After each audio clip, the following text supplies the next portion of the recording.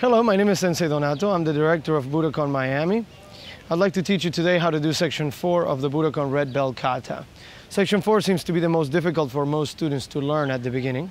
So I'm going to show you first how it's done, and then I'm going to break down each particular technique so that I can teach you the details that are going to help you clean out the flow of that section in particular of your kata.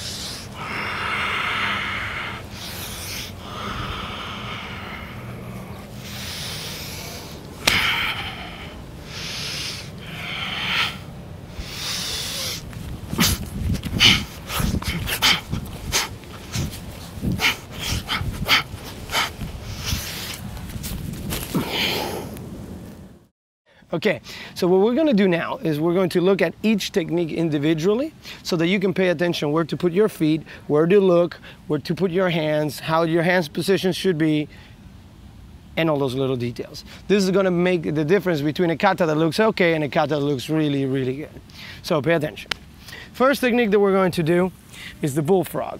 Bullfrog begins from a downward facing dog, which is right here. You know downward facing dog because you got this far in the kata. Okay, so you did about 7 or 8 downward facing dogs before coming here, which means your feet should be hip width apart, your hands should be shoulder width apart. A lot of people like doing this guy, widening the feet before doing bullfrog. Those are extra steps that you don't need to take, so let's not take them. You go exactly from your downward facing dog, you bend your knees, you look forward, your feet will separate in the air anyways. So from here, you're going to bring your feet past your hands, and then you're going to go forward into a push-up. There. Now a push-up is a chaturanga, so 90-degree bend in the elbows, don't go all the way down. Oh, don't stop yourself here, right in the middle. So that is your bullfrog. From here, float up into your bow stance blocks. First, you're going to lift your chest. Then you're going to bring your hips up here. Then step your right foot in between your hands, okay? A little bit further behind, right? A little bit behind, but still in between your hands. And then from here, you're going to extend your left leg forward. Now, all the weight is in the right leg, in the back leg. That's why I can control when I put this foot down. You should be able to control this at all times. Once you base your foot, you begin pressing with your right foot into the ground. The left leg doesn't do anything. Press the right foot into the ground. Now bend the left knee. Get your hands ready for your bow stance block right here. Now look at my shoulders. They're stacked. Right shoulder stacked on top of the left, which is stacked on top of the left knee, which is stacked on top of the left ankle. So nice and straight line here. From here, you are going to rise for your shuto or your knife hand. Shuto hands, very important. Your fingertips are spread. It's not going to be a knife hand. You want your fingertips together, a little bit bent, and that thumb in. Okay, so there's a difference between a hand that looks like this, nice and weak, and a hand that looks like this, nice and strong, without a piece of grass on it. From here, you're going to start turning. Now pay attention to the legs. Go from one side, from your bow stance, to the other side. Now you switch hands right here.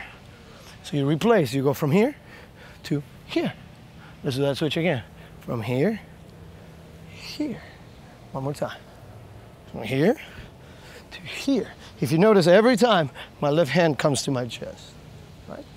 Now your right hand goes over here. Once you're almost to the other side, reach your left hand over, grab the back of the head or the back of the neck, and begin the knee strike. Demi point that right foot, push your hip forward, crash, open, and press.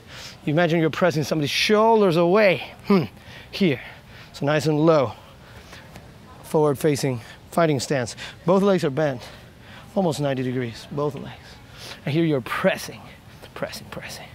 So from here, let's do a switch leg roundhouse kick. Switch leg roundhouse is a combination of two things. Thing number one, roundhouse.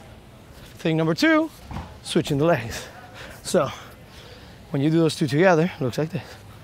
Come on. And then you turn. Let's do that again. So I go from here. I'm going to pull my left foot back, and I'm going to combine that with a roundhouse. Looks like this. Here you go. Recoil, and here. Turn. This is the turn. Okay, this is a double block on the shoulder check. It's a shoulder check. If somebody comes with a I like calling it a bar punch. You know, they come like this. Boom. Well, it's really a hook punch. You're going to check it at the shoulder and at the forearm. So if the hook punch was coming from here to me, I would be blocking it here. This would grab the shoulder. This would grab the forearm. Once I'm here, if this hand is in the shoulder, that means this hand is really close to the face. Right? It would go from here to here. So this is a face claw. So I'm going from here, face claw. Boom, turn the face. Turn the face. So I like teaching this one like this. Imagine you're opening a little window, whoop, and you're punching through the window. There. And then while you're there, you punch again through the window. And while you're there, you punch a little bit under the window. You kick under the window. Boom. There. That would be the full combination. So let's do it again. From your shoulder check here. Turn the face, jab, reverse, front kick. Recoil, step it back.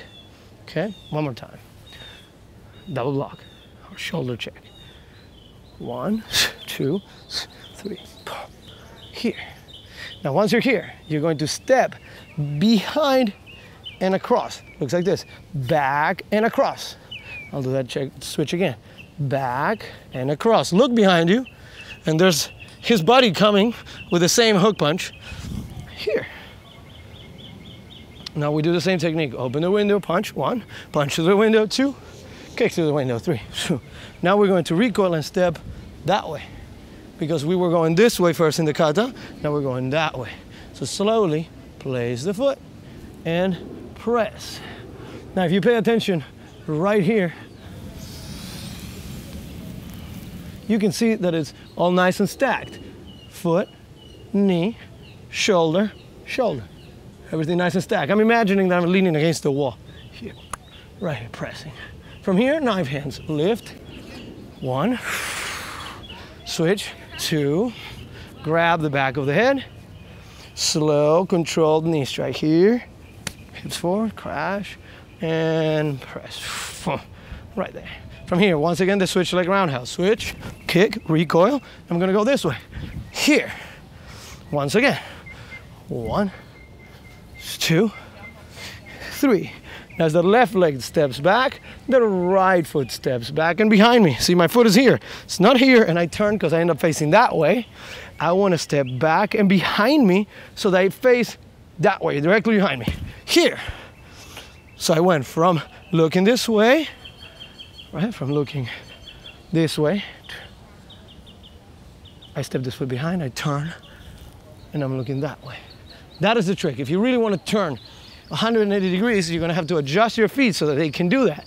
So if you kicked, and you're kicking with this one, step back with 1, step back with the second, but not only back, also behind you. So it's back and behind you. Turn, pump, right there. Okay, I think I switched my legs. So let's do it again. I'm gonna kick with my left leg. Here we go. 1, step back, turn. Here, 1, 2, kick. Step over to this side. Now there's no double block because the kata, this side of the kata is over. So I go here, I'm gonna go for the sprawl. The sprawl is better seen from the side. So I'll show the technique in a second. I'll take a break. Whew. Now the sprawl. We modified this for the latest version of the kata, okay? We're on the end of June of 2010. So today, the kata looks like this at the end. We used to decelerate to your belly, which looked like that, okay? Earlier in the kata, we used to say that somebody swept your feet. So you go up and down. Great.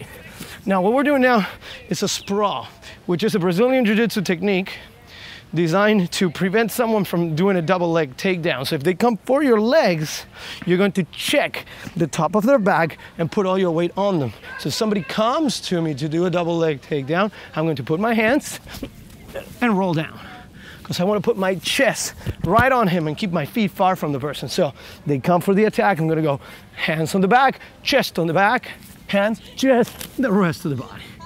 Okay? And that would be the end of the kata. So if you see, there's a bit of a roll versus a flat against the ground. One last time. From here, they come, I check the back. There. All right.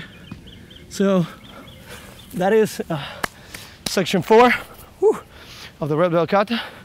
Let's